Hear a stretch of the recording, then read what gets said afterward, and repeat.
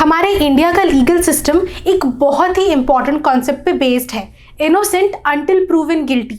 जिसका मतलब ये होता है कि कोई भी अक्यूज्ड जब तक गिल्टी प्रूव नहीं हो जाता और उसके खिलाफ सिर्फ एक ट्रायल चल रहा है, उसे हम क्रिमिनल नहीं मानेंगे, वो अंडर ट्रायल कहलाएगा। और इसी सिस्टम के चलते ना केवल आम सिटीजन्स बल्कि अरेस्टेड पर्सन्स के लिए भी कुछ ऐसे राइट्स दिए गए हैं जो किसी भी कीमत में उनसे नहीं छीने जा सकते। इंडिया में हमारा इंडियन कॉन्स्टिट्यूशन और code of criminal procedure CRPC इन अरेस्टेड पर्सन्स के लिए कुछ राइट्स देता है। तो hey everyone, welcome to Finology legal. आज की इस वीडियो में हम कुछ ऐसे राइट्स डिस्कस करेंगे जो अरेस्टेड पर्सन को हमारा इंडियन कॉन्स्टिट्यूशन और CRPC देता है, और ये भी जानेंगे कि क्या होता है अगर कोई पुलिस ऑफिसर अचानक से किसी अक्यूज के दरवाजे पे उसे अरेस्ट करने के लिए खड़ा हो जाए, तो उसे अरेस्ट होने के पहले कौन कौन से राइट्स मालूम होने चाहिए, ये हम जानेंगे। और इसके साथ ही एक पुलिस ऑफिसर की क्या क्या ड्यूटी होती है जो उसे अरेस्ट करने के दौरान ध्यान में रखनी चाहिए, ये भी हम समझेंगे। तो चलिए शुरू करते हैं। सोचो कि एक इंसान है जो बहुत गरीब है, यानी इंडिजेंट पर्सन, जिसने कोई क्राइम किया और अब पुलिस ने उसे बिना अरेस्ट वारंट के अरेस्ट कर लिया। अब उसे ये जानने का पूरा राइट है कि आखिर ये अरेस्ट हुआ क्यों, यानी right to know the grounds of arrest, जो दिया गया है सेक्शन 50 क्लॉज 1 ऑफ CRPC में। अब अगर ये अरेस्ट किसी सबऑर्डिनेट ऑफिसर ने सेक्शन 55 CRPC के तहत की है, तो अरेस्ट करने से पहले उस ऑफिसर को अक्यूज्ड को एक रिटन ऑर्डर दिखाना पड़ेगा जिसके अंदर ये लिखा हो कि उसके सीनियर पुलिस ऑफिसर ने उस सबऑर्डिनेट ऑफिसर को अरेस्ट करने के लिए डेजिग्नेट किया है। और अगर ये written order subordinate officer show नहीं करता तो अरेस्ट इलीगल माना जाएगा।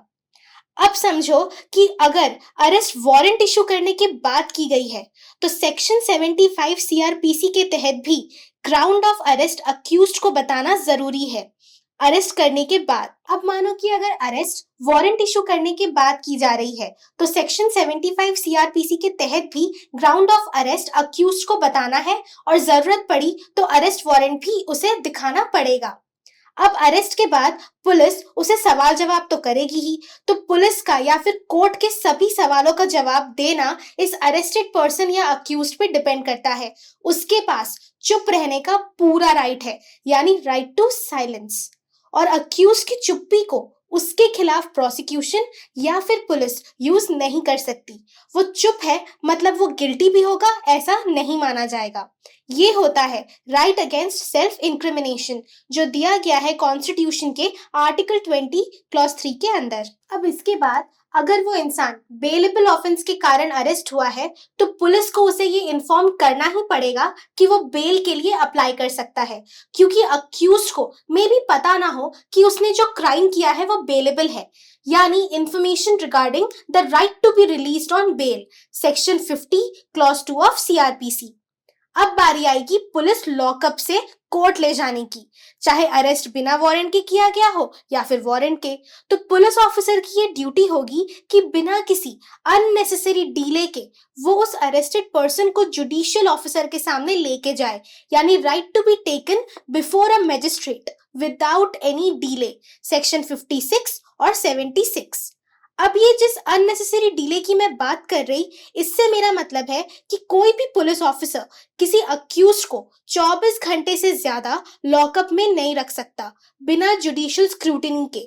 हर अक्यूज को अरेस्ट होने के 24 घंटे के अंदर अंदर मैजिस्ट्रेट के सामने लेके जाना ही होता है, यानी right of not being detained for more than 24 hours without judicial scrutiny, जो दिया गया है सेक्शन 57 CRPC में। तो अब आप सोच रहे होंगे कि आखिर ये 24 घंटे का ही टाइम पीरियड यहाँ क्यों रखा गया है। वो इसलिए ताकि कोई भी पुलिस ऑफिसर अनलॉफुल अरेस्ट या फिर डिटेंशन ना कर सके और इससे अक्यूज को बचाया जा सके।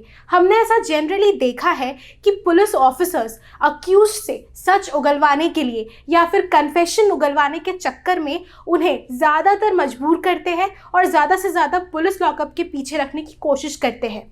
और ये टाइम पीरियड इसलिए भी रखा गया है कि इन केस अगर वो अक्यूज्ड इनोसेंट होगा तो वो जल्द से जल्द कोर्ट में बेल के लिए अप्लाई कर सके और पुलिस लॉकअप से छूट सके। तो मैजिस्ट्रेट के सामने प्रेजेंट होने के बाद अब बारी आती है ट्रायल की। तो ट्रायल शुरू होने के पहले अक्यूज को किसी वकील की ज़रूरत तो पड़ेगी ही जो उसका केस लड़ सके। तो इसलिए हमारा इंडियन कॉन्स्टिट्यूशन और सीआरपीसी उसे ये राइट देता है कि वो अपने चॉइस से किसी भी लीगल प्रैक्टिशनर को हायर कर सकता है। और इसके बारे में लिखा गया है आर्टिकल 22 क्लॉज 1 ऑफ कॉन्स्टिट्यूशन और सेक्शन 50 क्लॉज 3 ऑफ सीआरपीसी के अंदर। जैसा कि मैंने कहा था कि ये जो अक्यूज्ड है ये इंडिजेंट है, तो इसके पास वकील हायर करने के पैसे नहीं है। सो अब ये अपना केस कैसे लड़ेगा? ऐसे लोगों के लिए फ्री लीगल एड दी जाएगी और free legal aid legal services authority provide करती है, लेकिन ये एड ट्रायल शुरू होने के पहले ही दी जा सकती है। अब एक बहुत ही इंपॉर्टेंट राइट जो इस इंसान को हमारे इंडियन कॉन्स्टिट्यूशन से मिलेगी वो होगी right to fair and speedy trial. ये प्रोविजन लाया गया ताकि किसी भी अक्यूज का कन्विक्शन ऑर्डर सीक्रेटली ना निकाला जा सके। हाँ, कुछ ऐसे केसेस भी जरूर होते हैं जिनमें इन कैमरा प्रोसीडिंग होती है, यानी कोई भी बाहर वाला ये प्रोसीडिंग नहीं देख सकता, जैसे कि रेप केस की प्रोसीडिंग।